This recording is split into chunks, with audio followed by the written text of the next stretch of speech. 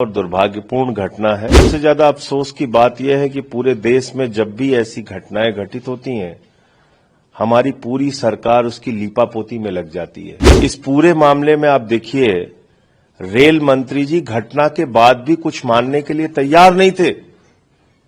वो बराबर सफाई दे रहे थे, ऐसे जैसे कुछ हुआ नहीं। एलजी साहब ने अपना ट्वीट करके 29 मिनट के बाद ट्वीट एडिट कर दिया, ऐसे जैसे कि कुछ हुआ नहीं। लोगों की जान की कोई कीमत नहीं है क्या? क्या उसको नियंत्रित करने के लिए, उसको लाइन लगाने के लिए, उसको कोई घटना दुर्घटना न हो, इसके लिए कोई प्रशासन आप लोगों को दिखा?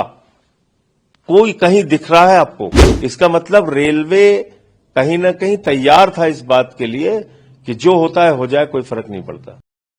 और दुर्भाग्यपूर्ण घटना है, लेकिन सबसे ज्यादा अफसोस की बात यह है कि पूरे देश में जब भी ऐसी घटनाएं घटित होती हैं, हमारी पूरी सरकार उसकी लीपापोती में लग जाती है।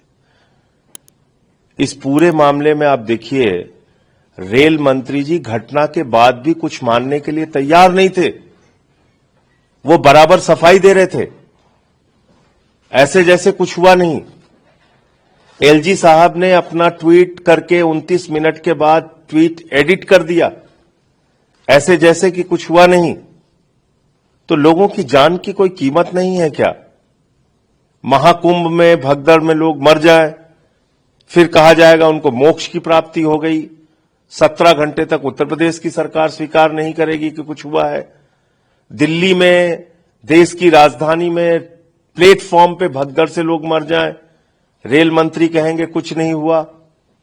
हजारों की संख्या में वहां भीड़ दिख रही है, उसको नियंत्रित करने के लिए कोई रेलवे का प्रशासन नहीं है, और पूरे मामले पे लीपापोती शुरू। ये बहुत दुर्भाग्यपूर्ण है।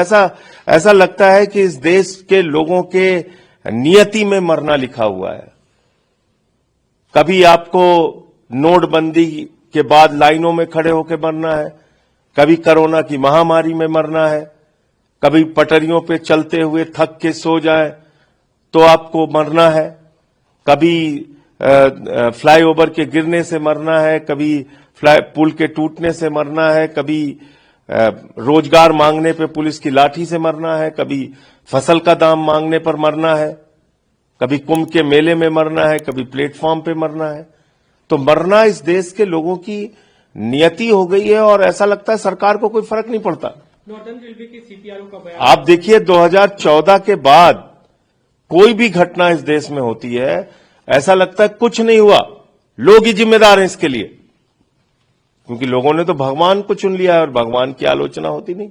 सीपीआरओ का कहना है कि वहां पे जब ट्रेन आई, भगदड़ की स्थिति थी, एक व्यक्ति ट्रेन के सामने आ गया, उसके बाद भगदड़ मची। और उसके देखिए, कई जानकारियां मिल रही हैं। पहली बात तो यह है कि जितनी भीड़ वहां दिख रही है, क्या उसको नियंत्रित करने के लिए, उसको लाइन लगाने के लिए, उसको कोई घटना दुर्घटना न हो, इसके लिए कोई प्रशासन आप लोगों को दिखा?